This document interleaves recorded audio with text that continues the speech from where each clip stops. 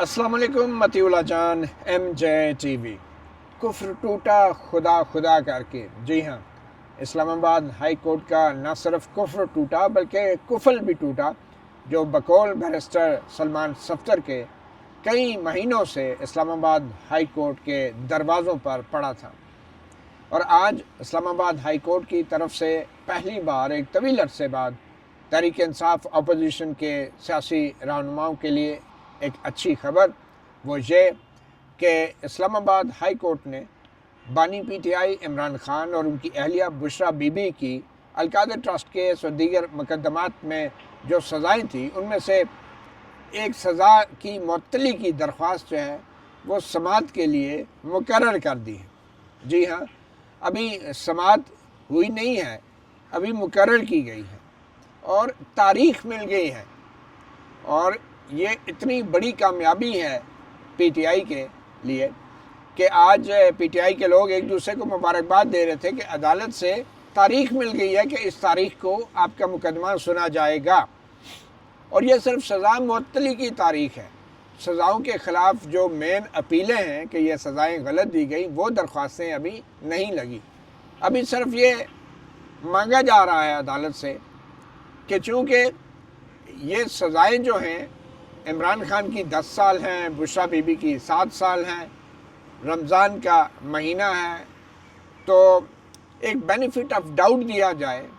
اور بشرا be be کی سزا ویسے بھی بطور خاتون اور پھر رمضان کا بھی مہینہ ہے تو معطل کر دی جائے۔ اگر بعد میں عدالت یہ سمجھتی ہے کہ وہ سزا ٹھیک تھی تو وہ پھر جیل چلے جائیں گے۔ اور ویسے بھی یہ جو سزائیں دی گئی تھی ان میں سے تقریباً 2.5 سال تو عمران خان جیل میں آلریڈی کاٹ چکے ہیں۔ تو یہ صرف تاریخ مقرر کرنے کے لیے آج عدالت لگی، عدالت بیٹھی، چیف جسٹس سرفراز ڈوگر، جسٹس محمد اعظم خان، 2 رکنی بینچ بیٹھا، دلائل ہوئے اور دلائل کے بعد انصاف ہوا، اور انصاف تھا اس بات کا کہ جناب یہ جو اب سزاؤں کی معطلی کی جو درخواست ہے عمران خان اور بشرا بی بی کی وہ 11 مارچ کو سنی جائے گی۔ تو یہ ایک بہت بڑا فیصلہ تھا، اور اس فیصلے کی بنیاد ایک تقریباً نومبر یا 5 مہینے پرانی 4 یا 5 مہینے پرانی وہ درخواست تھی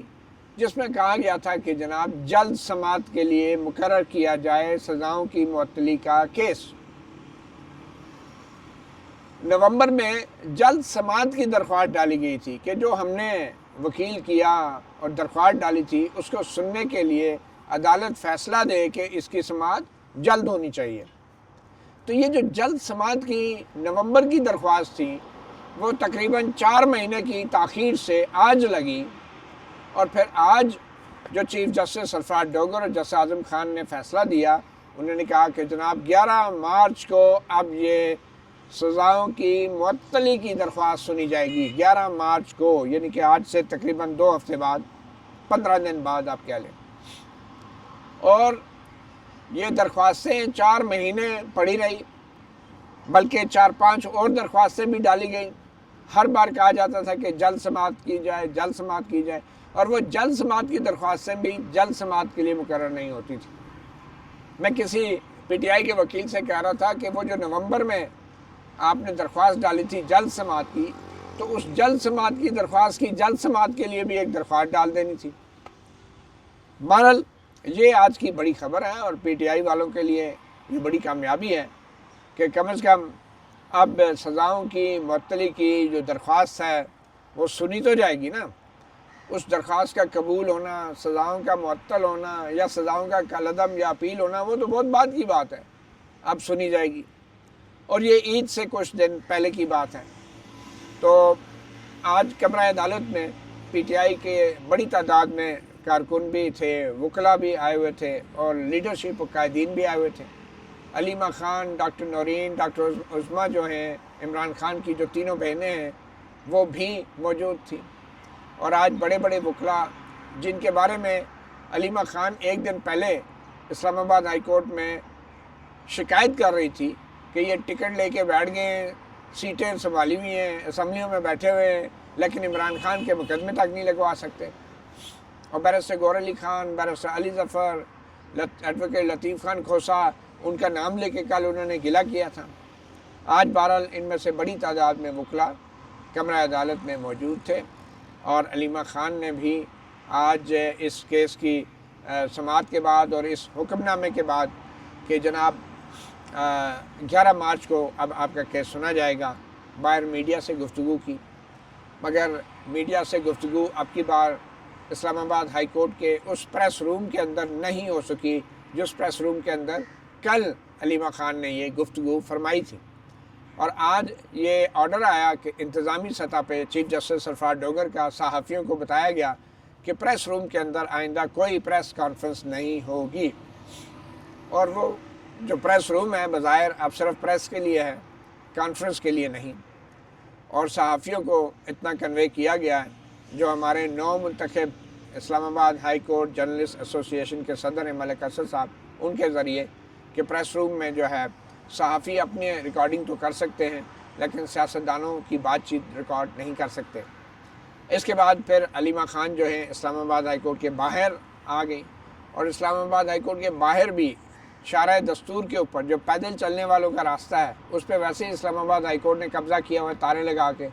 مطلب پیدل چلنے والے بھی لوگ جو ہے نا وہ فٹ پاتھ سے نہیں گزر سکتے، فٹ پاتھ پہ سارا اسلام آباد ہائی کورٹ کا قبضہ ہے۔ تو اس احاطے سے بھی باہر جا کے، تاروں سے باہر جا کے پھر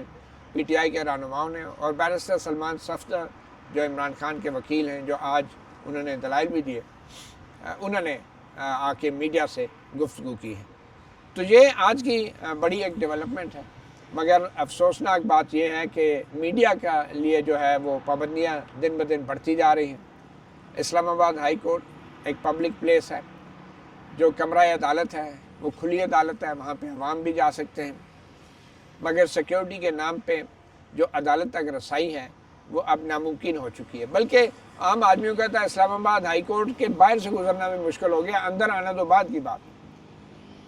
تو آج میڈیا پہ یہ پابندی کا جو انکشاف ہوا کہ پریس روم میں پریس ٹاک نہیں ہو سکتی، یہ یقیناً صحافیوں کے لیے خطرے کی گھنٹی ہے کہ ہو سکتا ہے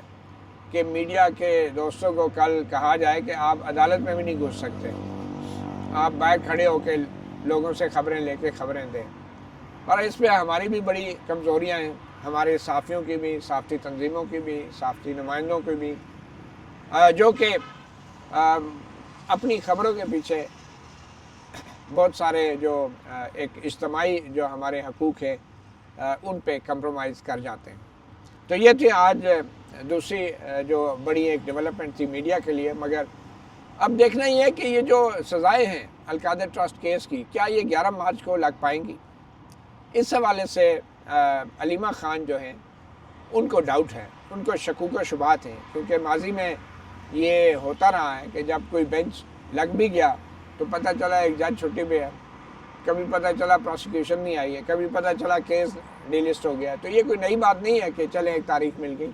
اب اصل امتحان ہوگا 11 مارچ کو عدلیہ کا، اسلام آباد ہائی کورٹ کا، کہ کیا واقعی جو ججز یہ کیس سنیں گے وہ دستیاب بھی ہوں گے۔ تو یہ 11 مارچ کو ہی پتہ چلے گا۔ مگر علیمہ خان نے میڈیا سے گفتگو کرتے ہوئے یہ کہا کہ انہیں یہ لگتا ہے کہ 11 مارچ کو بھی یا تو کوئی جج غائب ہو جائے گا، یا کوئی وکیل یا کوئی پروسیکیوشن کا وکیل غائب ہو جائے گا۔ بہانہ یہی ہوگا کہ کوئی عمرے پہ چلا گیا کیونکہ رمضان کا آخری عشرہ ہوگا، کوئی اعتکاف میں بیٹھ گیا، پھر وہ معاملہ عید کے بعد تک چلا جائے گا۔ مگر آج کی تاریخ میں بڑی مشکل سے دی گئی۔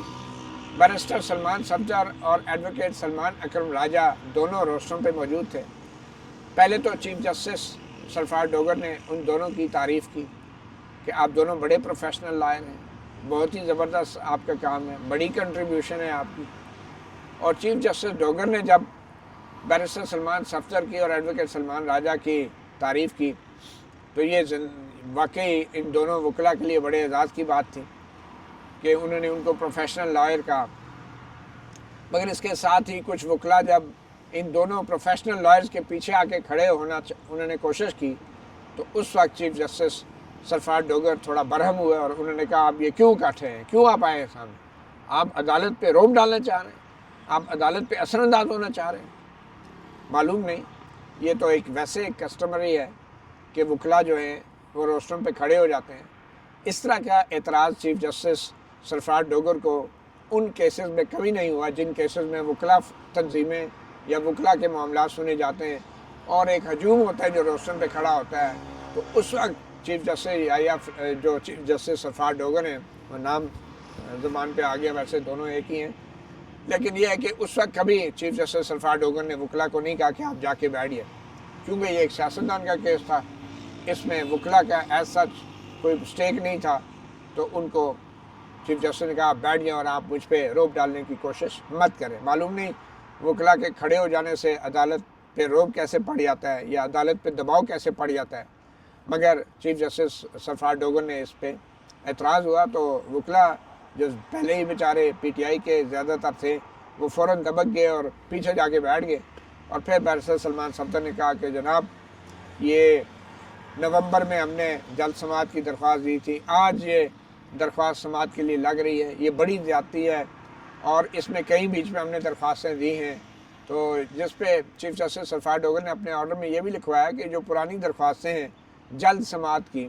وہ درخواستیں تو ہوگی غیر مؤثر انفیکشس، یعنی کہ اگر وہ غیر مؤثر نہ ہوتی تو پھر عدالت کو وہ وجہ تو بتانی پڑتی اپنے حکم نامے میں کہ نومبر میں ایک جلد سماعت کی درخواست آئی، تو یہ جلد سماعت کی درخواست جو ہے 4 مہینے اور 5 مہینے بعد کیوں لگ رہی ہے. تو انہوں نے ایک جملہ بول دیا کہ یہ ساری ہوگی انفیکشس. وہ اس لیے انفیکشس ہوگی کہ جو آخری درخواست ڈالی گئی تھی، جو ابھی چند دن پہلے ہی ڈالی گئی تھی جلد سماعت کی، وہ بھی چیف جسٹس کے سیکرٹری کے کہنے پہ، وہ اس سے یہ اب ریکارڈ پہ چیز آ گئی کہ ابھی 2 دن پہلے تو آئی جلد سماعت کی درخواست اور ہم نے 2 دن بعد لگا دی، تو ریکارڈ میں تاریخ میں یہ رہ جائے گا کہ جلد سماعت کی درخواست جب جمع کرائی گئی تو دوسرے دن ان کو تاریخ مل گئی. تو ایک تو وہ چیف جسٹس نے اپنا ریکارڈ درست کر لیا، اور دوسرا بیرسٹر سلمان صفدر نے کہا کہ جناب خاتون خانہ جو ہیں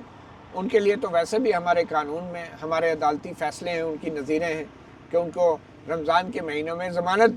میں بھی رعایت دی جاتی ہے، ضمانت پہ بھی رہا کیا جاتا ہے، اور ویسے بھی قیدیوں کو رمضان کے مہینے میں رہا کیا جاتا ہے. اور پھر بیرسٹر سلمان صفدر نے کہا کہ ہم نے تو ہیلتھ گراؤنڈ بھی لیا ہے، جو صحت کی ناسازی کا معاملہ ہے، ہم نے تو وہ بھی بنیاد بنائی ہے ضمانت کی. پھر تیسرا انہوں نے کہا کہ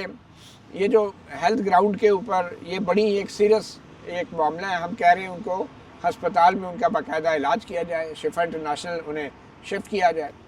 تو یہ 3-4 گراؤنڈ لیے اور اس پہ لگ یہ رہا تھا کہ چیف جسٹس سرفراز ڈوگر مائل بکرم تھے آج، اور انہوں نے پہلے تو آرڈر میں لکھوا دیا کہ ٹھیک ہے ہم یہ درخواست فلاں تاریخ، انہوں نے لکھوایا حکم نامے میں ڈیش تاریخوں پہ یہ درخواست مقرر کی جائے، حکم نامے میں ڈیش لکھوا دیا. اس پہ بیرسٹر سلمان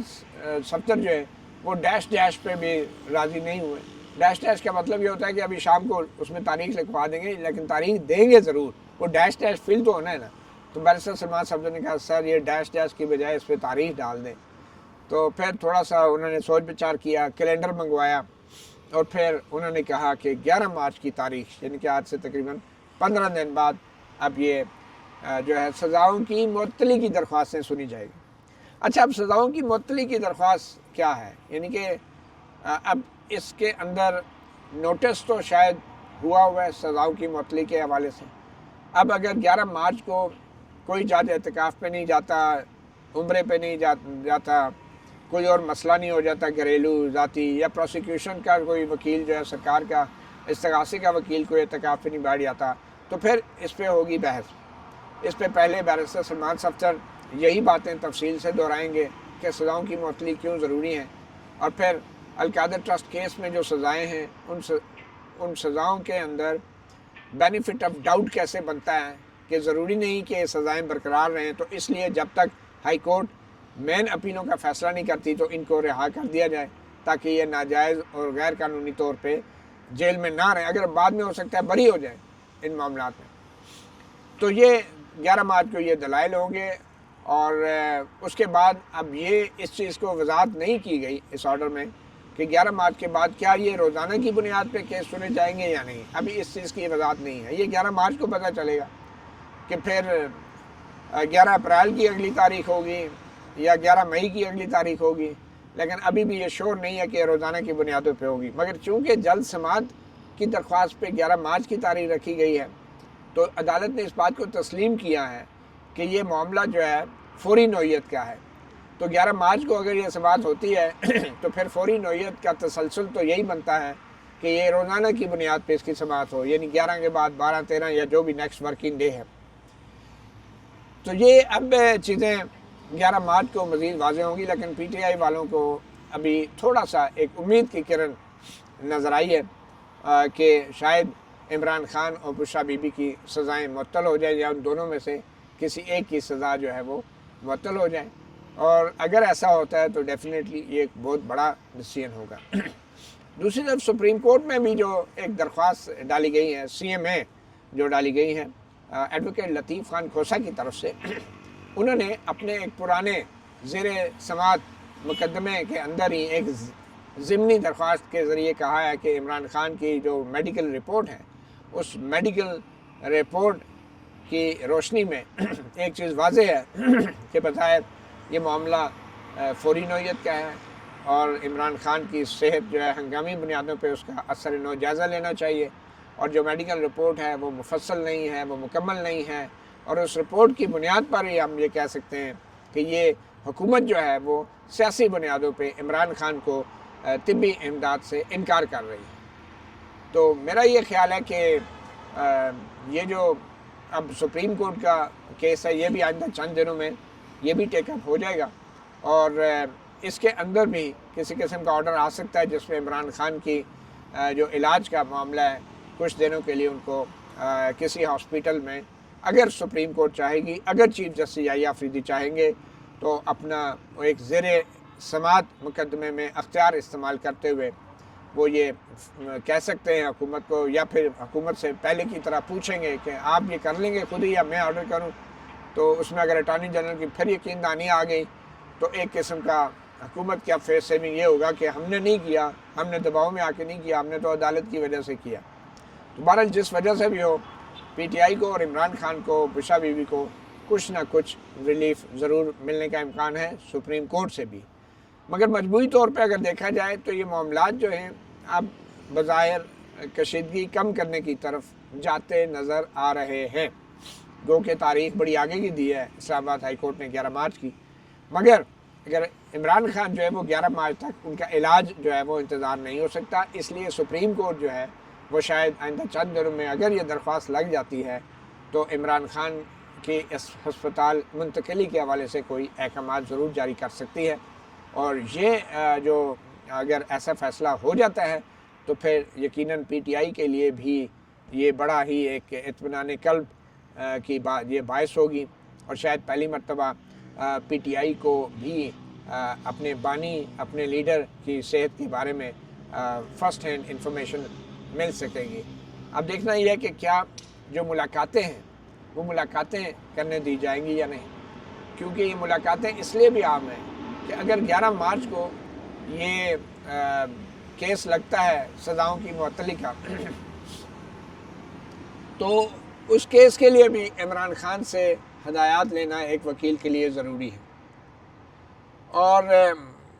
عمران خان سے ہدایات لینے کے لیے وکلاء کی عمران خان سے ملاقات ضروری ہوگی۔